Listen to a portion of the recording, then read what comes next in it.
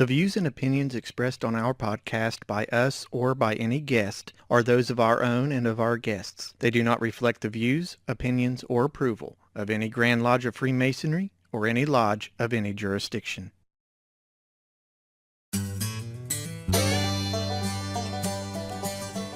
In today's episode, I'm going to be sharing with you my experience with joining the Scottish Rite Freemasonry. It was definitely a once-in-a-lifetime experience and one that I would highly recommend. Why? Well, we're going to talk about that next on the Masonic Ring podcast, which starts right now. It's the way that I can tell the world the kind of man I am, that I put my trust in God above, and for brotherhood I stand. It reminds me to be honest, to remember whence I came. I'm a man that you can count on. That's why I wear this ring. Hello and welcome to episode number 26 of the Masonic Ring podcast. Today, I am going to be sharing with you my experience with joining the Scottish Rite Freemasonry and why I highly recommend it for all Masons. This year, no doubt, has been one of the craziest years we've ever had. COVID-19 has disrupted just about everything when it, personal lives, professional life, lodge life, everything. It is just completely just disrupted our whole routine. And that's no different for when it comes to Scottish Rite Freemasonry. As many of you probably know, I have been a Master Mason for 15 years. I never really had the desire, I guess, to join the Scottish Rite. Not for any particular reason. I just didn't. I'm just one of those guys that really liked the Blue Lodge, and I just didn't see any need for me to join any other appendant body. It was a personal decision on my part, and so I just never did. So 15 years goes by, and the only appendant body that I was a part of was the Eastern Star, and that was because my mom and grandmother are members. And so I wanted to be a part of that. But I was never really that active in the Eastern Star as well. So I don't know. I just, I guess a lot of reasons are there as to why I never did join. But this year I decided to join, and I'll go into detail why here in just a second. But listen, for all of you guys out there that have been a part of the Scottish Rite, you're going to know what I'm talking about, just how incredible the whole experience is. And the entire day was just incredible from start to finish. And, I'm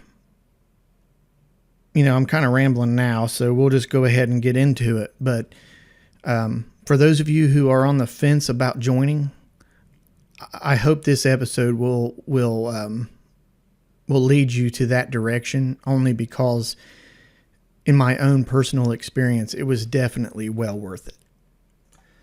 So to start off, I would like to first kind of talk about what Scottish Rite Freemasonry is. You'll hear it called differently: Scottish Rite Freemasonry, 32nd degree Scottish Rite Masonry. But basically, the Scottish Rite Freemasonry expands upon the fundamental principles of Freemasonry, and it explores Masonic teachings more deeply. It's building upon the ethical and the psychological teachings of the Blue Lodge, which it would be your regular home lodge. 32nd degree Scottish Rite Freemasonry reveals a wealth of knowledge about Masonry that may not be found in other degrees, and it seeks to enrich the philosophy of the symbolic lodge in order to help good men become even better. This is the mission of the mission statement of the Scottish Rite Freemasonry. Our mission: to inspire our members by emphasizing our core values: reverence for God, devotion to country, integrity, justice, tolerance, and service. Ensure that activities are convenient, provide enjoyable programs, and fraternal fellowship. Their vision is: we strive to be a fraternity that fulfills our Masonic obligation to care for our members. 32nd degree Scottish Rite Freemasonry seeks to strengthen the community and believes that each man should act in civil life according to his individual judgment and the dictates of his conscience. So that's basically it in a nutshell. I don't think I can expand on it anymore. It is to kind of dive deeper into the Blue Lodge teachings and also make sure that we, as free and accepted Masons, their teachings emphasize to us the core values of reverence to God, devotion to country, integrity, justice, tolerance, and service. And all of those are great things. And so let me talk about why I kind of was hesitant about joining. It had nothing to do with the Scottish Rite in general. I think it had more to do with, because I'm a firm believer that the highest degree in Freemasonry is the third degree, the third degree of being raised as a Master Mason. That is the highest you can go. You can't go any higher. And I think that there is some confusion among non-Masons that think that the Scottish Rite, because it goes up to the 32nd degree, that you're not a true Mason until you reach that 32nd degree. And so I think, to me, it was more of a, I'm as high as I can go in Freemasonry. Why do I need to join the Scottish Rite or the Shriners or the York Rite or anything like that? And that was basically my own personal mistake. And while it's true, the third degree in Freemasonry is as high as you can go. Once you are raised as a Master Mason, you're a Master Mason. You can't go any higher. However, when you join the appendant bodies, they take certain sections of, Freemasonry, and they expound upon it. They like the Scottish Rite, they are teaching you more of the teachings of the Blue Lodge, of being a Master Mason, and its whole mission is to make us as Freemasons better. So this year, like I said, has been just a crazy year. And earlier in the year, actually this was earlier or later last year, it was 2019, when one of our past district deputy grandmasters, who is also really big in the Scottish Rite, visited our lodge, and he told us that the Scottish Rite of Cincinnati, which is part of the northern jurisdiction, they're offering to any member that is of good standing that would like to join, they're offering it free. And normally, there is a cost that comes with it because there are certain things that they have to pay for. Well, they're offering it free. And I guess what the tipping point was on my end was that my blood brother, asked me if I would go through it with him. And so I said, yeah, we might as well. I said, I've I have been curious. I still wasn't, super excited about it or anything, but I went ahead and told him, yeah, I said, let's do it. So we fill out our application, get it sent in, then COVID happens. So it threw everything for a loop. We could not go to our in-person reunion that would have gotten us the 4th degree and 3 other degrees that were needed to join the 32nd degree. And so we weren't sure. We really wasn't sure what was going to happen. Then they came up with the virtual reunions, which you could at your house sit and watch the degrees that they had put together virtually. And I'll have to admit that right there was that was a load off, because I was like, yeah, you know what? I'm not big on traveling. I know that's weird to say for a Mason, but I don't like.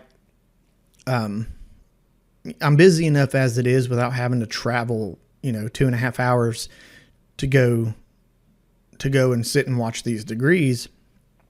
But, and I'm really making myself sound like a bummer right now, but my mind does get turned around. It does get changed. So we were able to log on to their platform, and being able to do that, I was able to get my 4th degree and my 4th, 6th, 15th, 22nd, and 23rd degree online.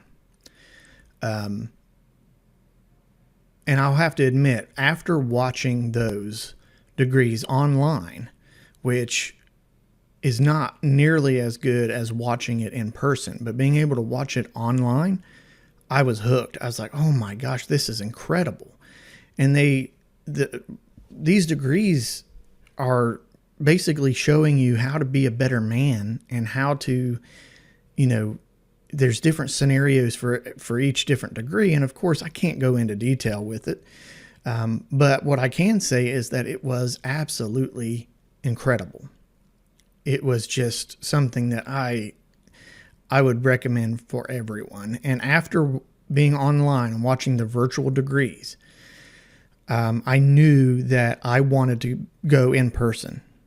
So in order for me to go in person, I had to travel to Cincinnati, which is about 2.5 hours away from where I live. So on this was October 3rd, 2020. That's when I was able to get the degrees that I just mentioned.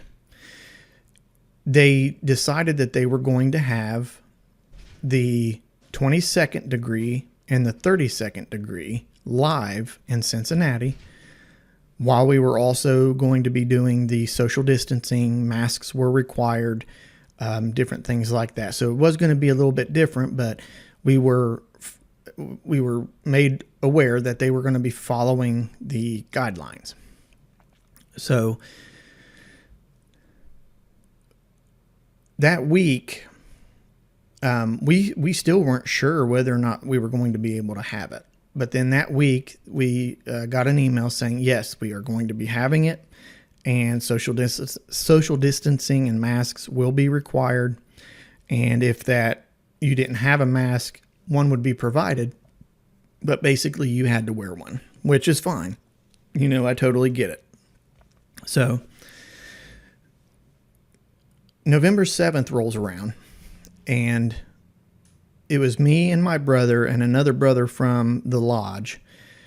We all met up, and I drove, and we started heading up towards Cincinnati. So we've got a 2.5 hour drive, and early in the morning, we left out. We had to be there by 9:15, so we left out of there about 6:30 or so. And I'm not a morning person. I used to be, but as I get older, I'm just not a morning person. So I was thinking, oh, this is going to suck so bad.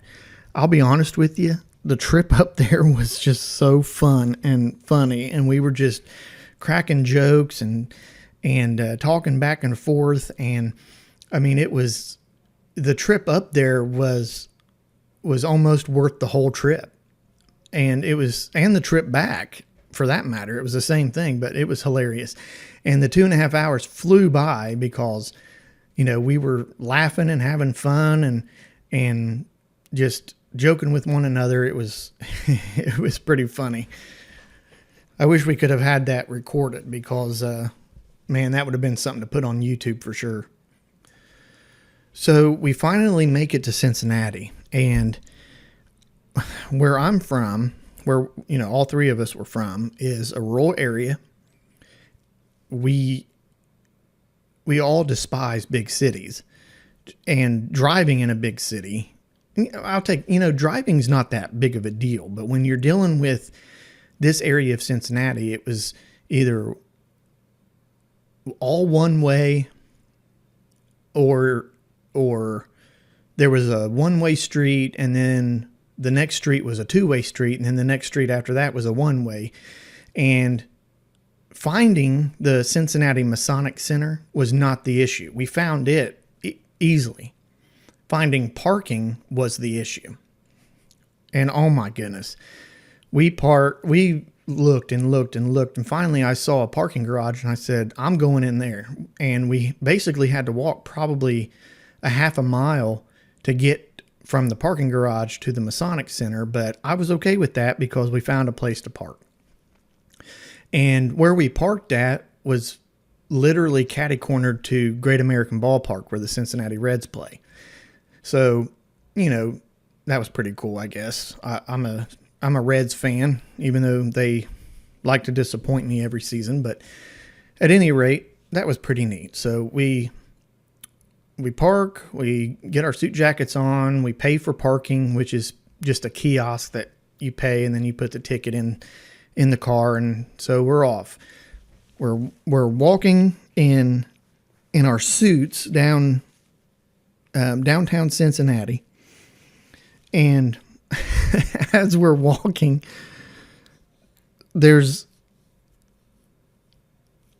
in Cincinnati on this, I can't even remember the name of the road, but there are these like rubber traffic barriers, and they're real skinny. They almost look like fence posts, and they come up and they have reflectors on them.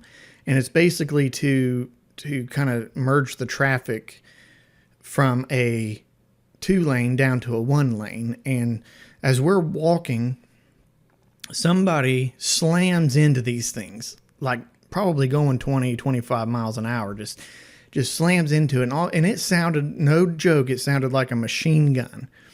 Well, being from the country, we're used to hearing stuff that sounds like gunshots. So we're looking around, seeing what's going on.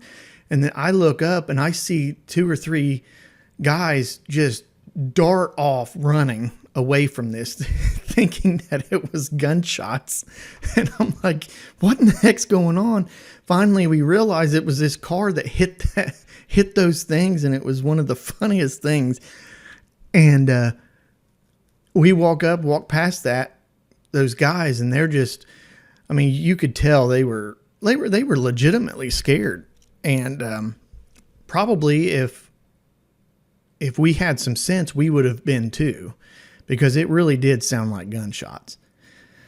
So we continue walking, and we finally make it up to the Masonic Center, and everybody's standing outside, and we decided to go ahead and go in. Well, we go in, we stand in line, we get registered, and we have probably about 45 minutes to kill. So I said, well, I'm going to go walk around, and I'm going to look at this place, because this place is huge. I mean, you wouldn't think of it by looking at the outside, and you can see pictures. If you go to the Facebook page, you can see pictures. So we are, I'm naturally curious. So I'm just walking around this place. I don't even know if I'm allowed to be in some of the spots where I'm allowed, but nobody was stopping me. So I walk in, I find I guess it's not really a cathedral. Well, maybe more, it's like a cathedral, but It's the main room where the 2 degrees are going to be taking place. And so I walk into this place and I'm like, oh my goodness. I immediately whip out my phone and start taking pictures. Not even knowing if I'm allowed to do that or not. But apparently I was, because there was people there and nobody stopped me. But this place is just ginormous and it's beautiful. It's just, it looks like ancient architecture on the inside, and it's got these just incredible pillars, and it really is just an outstanding room, just an outstanding area. Beautiful. Absolutely beautiful. So after that, I walk into the area which is known as the 33rd degree area, where you can see pictures of different men that have made it to the 33rd degree. And to be honest with you, I don't know enough about that degree right now to even explain to you what it is, but that was pretty neat. For anyone that's from Ohio and that has been in Ohio for a few years, you'll recognize the name Vern Rife. He was the longest serving Speaker of the House of Representatives for the state of Ohio, the State House. He was a member of my lodge, Western Sun Lodge number 91. He was a member of my lodge. I went to grade school with his granddaughter, and he was awarded the 33rd degree. And so, the connection that we have as our lodge to a 33rd degree Mason, that was pretty cool. I remember years ago, I was, I want to say 6th grade, I met Vern Rife, and he was really funny, down to earth. Like I said, I'd known his granddaughter for, I went to school with her all through my years at school. So that was pretty cool. But he's a really good guy. He passed away several years ago, but, I'm kind of going down a rabbit hole right now, but I just thought that was very interesting because, we have a connection at our lodge for somebody that was a 33rd degree Mason. And, we have a picture of him up in our lodge, honoring him for that. And I don't know. I thought that was pretty cool. I thought I'd mention that. So after I was being nosy there, I just kind of took off. We're looking for the bathrooms at this point because, like I said, 2.5 hour drive. And then we all three realized, hey, wait a minute, we have to pee. So we're looking for the bathrooms, and this place is a maze. Finally find the bathrooms. And while we're looking for the bathrooms, we ran across the dyslexia center. Unfortunately, it was closed, and which I'm kind of bummed out about because I would have loved to have went in there. I said in another episode, the Scottish Rite, they work with children who have dyslexia, and I grew up with dyslexia and didn't know it. And I think that what they do for that is really important. But, I was kind of bummed out about that. But anyway, it is what it is. So we basically finally explore all we can. And now the time has come for us to go into the auditorium and start with the 22nd degree. And, well, no, not the 22nd, the 14th degree. Yeah, we start with the 14th degree.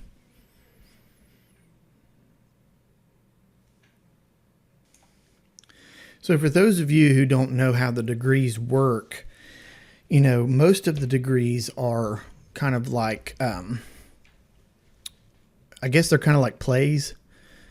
And for me, I love that because I feel like I can retain information better when it's like it's like an act. It's like they put on this awesome play, and you're able to see this, and it's just absolutely incredible. And obviously I can't go into a lot of detail, but the 14th degree is what they call the ring degree. And you get presented a gold Scottish Rite ring. And so that was really awesome. And going through and watching this and seeing how and listening to the teachings of this degree, it's a humbling experience. And it's something that I wish I could talk about in more detail, but then it's something that I'm glad I can't, because I really feel like it's something that somebody needs to experience for themselves. So after the 14th degree, we go to lunch. We take a break and we go to lunch, and they had box lunches for us and everything, and that was pretty cool. So while we're at lunch, we're waiting to get our pictures taken, and I'm in a suit, so I'm hot as fire. I'm sweating like crazy, so I'm down in like I bet I drank 1.5 gallons of water just in the hour time that we were sitting there waiting for lunch and waiting on our pictures to be taken. We are going to take a really quick break, but we'll be back with more of the Masonic Ring podcast in just a few minutes. So my goal with this podcast is to entertain and inform. But like everything else in the world, it costs money. I didn't like the idea of asking for money where people don't get anything in return. So I signed up for an affiliate link on Amazon. If you're like me, then you use Amazon a lot. I use it especially when I go to buy anything Masonic, because I don't have anywhere around here locally to buy it. So if you're looking for anything related to Freemasonry, head over to our website at theMasonicRingPodcast.com. Click on the Recommendations tab. If you see something you like, just click the picture and you'll be taken directly to Amazon by way of our affiliate link. When you purchase anything from that link, we will get a small commission with no extra cost to you. It's a win-win in my opinion. The website again is theMasonicRingPodcast.com/recommendations. Or you can click on the link below in the show notes. Now, let's get back to the podcast. So after lunch, we go back into the auditorium and get ready for the 32nd degree. And I'll be honest with you, my expectations were pretty high after watching the 14th degree. And this degree absolutely blew my expectations out of the water. This was one of the greatest experiences that I've ever experienced in my life.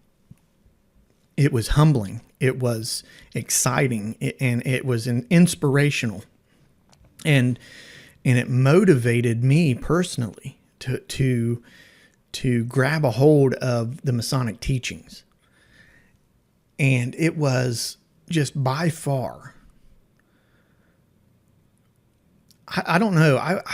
I want to compare it to when I was raised as a Master Mason, because, that was all about me that night. That was, that night was a very proud moment in my life when that happened. And I want to, I'm going to say that was still my greatest Masonic experience, was when I was raised as a Master Mason. But this 32nd degree was a very, very close second. And I would highly recommend that if you have a chance to watch this in person, that you take advantage of it, because I'll have to say it was absolutely incredible. This was one of those things that just absolutely keep you on the edge of your seat the whole time. And it's something that it's one of those things that I hope I never forget in my lifetime, because it was incredible. And when all this COVID nonsense is over and they start having the virtual, or not the virtual, the actual reunions in person, and I can go watch this again, I'm definitely going, because it is worth watching over and over and over again. And it has to do with personal conviction. It has to do with, do you do what you're told? Do you do what's right? Do you sometimes have to go against certain orders in order to serve the greater good? And who do you put your hope in? Who is your hope in? Who do you, where do you get your hope and your motivation and your inspiration? And what do you do when you're outside of the lodge? What do you do with your life that contributes to the betterment of mankind? And I'll be honest with you, it was a humbling experience for me. And I'm the type of person that I love to be happy, and I love to spread happiness. I don't like people being sad or angry or disappointed around me. It's just, I always like to crack jokes and have fun and be there for not only my brothers, but be there for people in general. And if I can do that, I do. But this just takes it to a whole new level. And how far are we willing to go to make sure that those around us are safe and taken care of? And that's really what this degree, in a nutshell, that's part of what this degree teaches us. And so I would definitely highly recommend it. So once the 32nd degree is over, the brother that rode up with me and my blood brother, he said, "So, are you wanting to just take off after this, or do you want to stand around and chat?" And I was like, "No." I said, I've got to go. I said, "I'm tired. We've got a 2.5 hour trip back home. And so let's just head on out, and, not to be rude, but I wanted to get home." So we start walking back, and already we're cracking jokes again, talking about the machine gun that went off. And so I know it's going to be a fun ride home. We get into the parking garage, and I'm looking at the car, and I thought, there's a piece of paper on my car. I was like, did we not put that inside the car? I was thinking about the parking slip that proves that we paid for it. No, I get up there and I have a parking ticket from the city of Cincinnati on the windshield of my car in a parking garage. And I'm looking, and I was like, I pull it off there and it says warning. So I didn't get fined, but I'm looking at it and it says that I was double parked in a parking garage. And I'm looking, and my driver's side tires were barely on the line that you could barely see. They took a picture of it and everything. You could barely see the white line. I didn't even know there were lines, to be honest with you. And they wrote me up for that. Well, they gave me a warning. And I was like, I didn't even know you could get a parking ticket inside a parking garage. That doesn't even make sense to me. But anyway, they, of course, were making fun of me about that for a while. So I was glad to be able to give them some entertainment. So we take off going, and at this point, I'm dying of thirst. And I don't know if anybody's been around Cincinnati, but to get in and out of Cincinnati from the direction we have to go, you have to also go into Kentucky.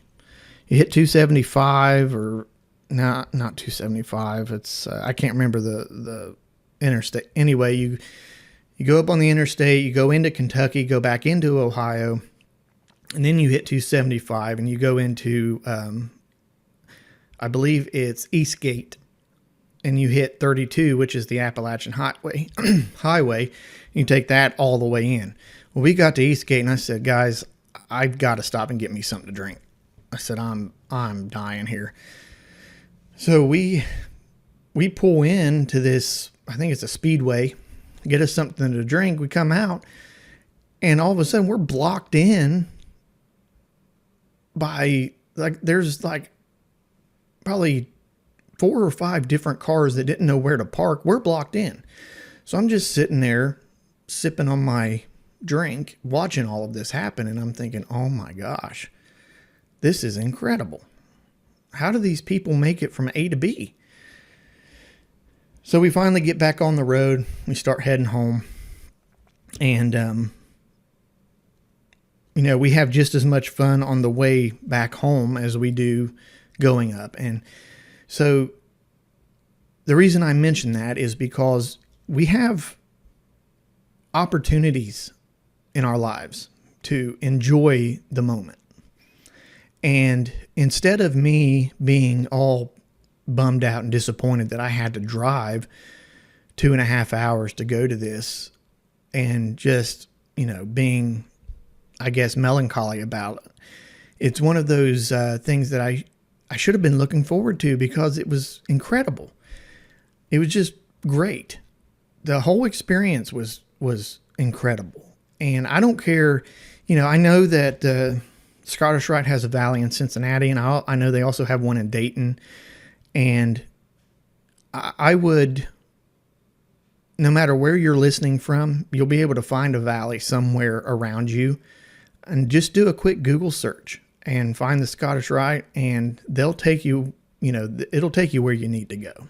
But at any rate, that was my experience kind of dumbed down a little bit, and I would love to be able to go into a lot more detail. I can't. And for those of you out there, you know why. It's not so much that it's a secret. It's more about not ruining the experience for somebody that hasn't gone through it. And so at this point, I'd like to challenge all of you to, without giving away too much detail, go onto the Facebook page and share with us your experience about when you joined the Scottish Rite Freemasonry. Tell us about your experience, positive or negative, either way. Tell us about what it was, what it meant to you to be a part of the Scottish Rite Freemasonry and to join that. And so, listening to this podcast is just me going on and on and on. And I would love to hear from other people. And if you don't want to put it out on Facebook, you can send it to me in a private message off of Facebook or email it to me. Contact at theMasonicRingPodcast.com, and I'll read it on another episode. So,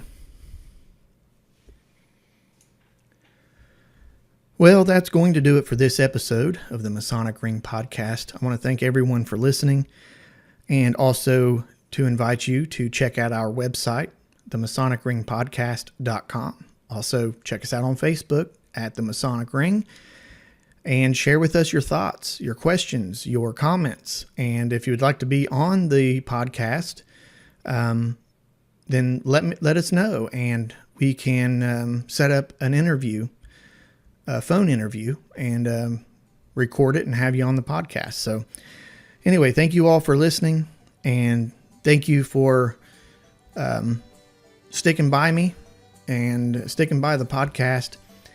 And I want to also make sure everyone knows that there are going to be times where I'm not going to be able to post every single Monday, but I promise you that I will keep this going and keep it active.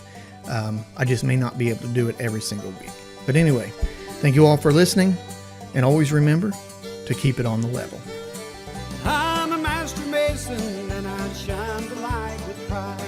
I will teach of all our values with the great Creator's guide. I present my craft with honors to a world who is in need. I'm a master mason, and I want the world to see